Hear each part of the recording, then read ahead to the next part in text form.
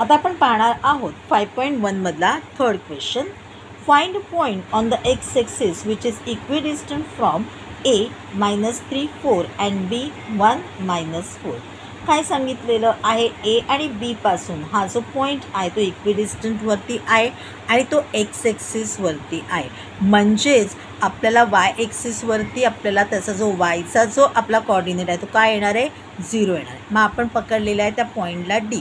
Late point D X and 0. आपल्याला काय सांगितलेलं आहे, एक्स एक्सिसवरती त्याचा काय येणार आहेत कॉर्डिनेट्स ते काढायचे आहेत.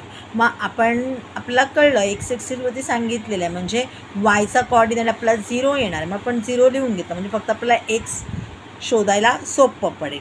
आणि मग आपण लिहिलेलं आहे ए -3 4 अँड बी 1 -4. आता सांगितलं इक्विडिस्टंटवरती आहे म्हणजेच काय झालेलं आहे, therefore D A is equal to D B म्हणजेच काय झालेलं आहे, आपण जर स्क्वेअर केलं तर D A square is equal to D B square. म्हणजे आपल्याला शोधायला सोपं पडेल म्हणून आपण करून घेतलेला आहे स्क्वेअर त्याचा. आता इथे आपण पकडूया इक्विडिस्टंट काढून घेऊया. मग तो दोन्ही वेळेला आपल्याला कोणाबरोबर करायचं आहे, डी बरोबर पॉईंटवरती करायचं आहे. म्हणजेच एकदा काय येईल -3 -x किंवा x -3 येईल म्हणजेच तो होईल x +3. सेकंड म्हणजे तो 4 0 -4 म्हणजे आन्सर आपला -4 येईल. म्हणजे आपल्याला डी बी करायचा आहे तेव्हा बी बरोबरचा आहे. मग 1 -x किंवा x -1 ओके आणि -4 0 -4 म्हणजे तो होईल 0 +4. आता x +3 the whole square plus -4 the whole square equal to x -1 the whole square plus 0 +4 the whole square. आता x +3 द होल स्क्वेअरचा आन्सर लिहून घेऊया.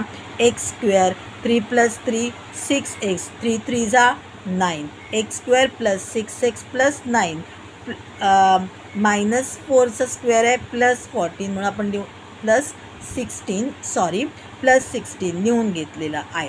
आता x -1 द होल स्क्वेअर काढायचा आहे. एक्स स्क्वेअर लिहून घेतला -1 -1 झाले प्लस उत्तराला -2 -1 × -1 आन्सर आला आहे +1 0 +4 म्हणजेच 4 झालेला आहे. 4चा स्क्वेअर आहे 16 तो लिहून घेतलेला आहे. एक्स स्क्वेअर -2x + 1 + 16 प्लस करून घेऊया. आन्सरला एक्स स्क्वेअर + 6x + 25 आणि एक्स स्क्वेअर -2x + 17. मग आता काय झाले, एक्स स्क्वेअर कट होतील.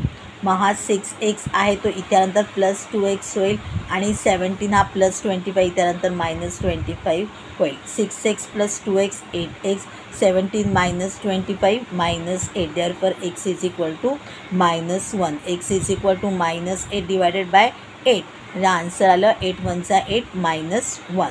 Therefore a -3 4 and b 1 -4 is equidistant from -1 and 0. कारण आपण अगोदरच आपल्याला कळलेला होता वायचा आपला जो कॉर्डिनेट आहे तो काय आहे, 0 आहे. आता आपल्याला बघायचं आहे क्वेश्चन नंबर 4. क्वेश्चन नंबर 4 आहे आपला verify that points p -2 2 Q 2 2 and R 2 7 are vertices of a right angled triangle. आपल्याला त्यांनी प्रूफ करून करायला सांगितलेलं आहे की त्याच्यामुळे बनणारा हा ट्रायंगल जो आहे तो कसा आहे, राईट अँगल ट्रायंगल आहे का. आपल्याला दिसताना काहीतरी दिसते आहे -2 2 आणि 2 2 आणि 2 7 म्हणजे कुठले तरी पॉईंट्स जे आहेत ते इक्विव्हॅलंट येतात असं काहीतरी कळतं आहे बघा आपल्याला वाचल्यानंतर. म्हणजे कदाचित हा राईट अँगल ट्रायंगल असेल पण आपल्याला ते प्रूफ करून दाखवायचं आहे. त्यांनी व्हेरीफाय म्हणू दे, त्यांनी प्रूफ म्हणू दे, आपल्याला काय करायचं आहे, प्रूफ करायचं आहे. दोन्ही बाजू इक्विव्हॅलंट आहे ते शो करायचे, ते दाखवून द्यायचं आहे. तर सुरुवात करूया. ऑफकोर्सली आता इथे आपल्याला काय करावं लागेल, आधी त्यांचा मला डिस्टन्स काढावा लागेल.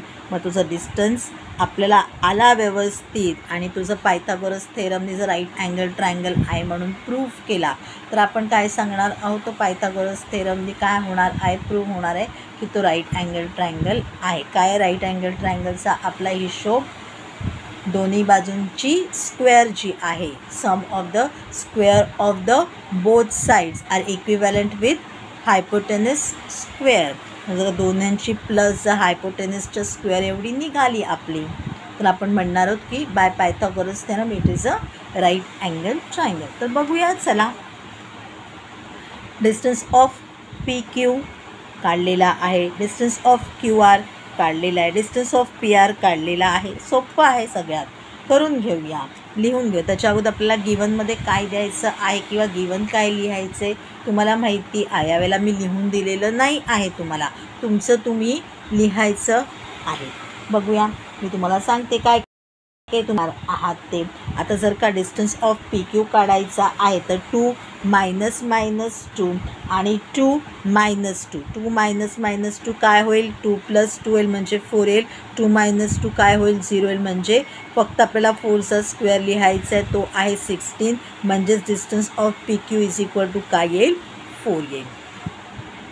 आता डिस्टन्स ऑफ क्यू आर काढूया आपण. 2 मायनस 2 म्हणजे 0 आन्सर आलं.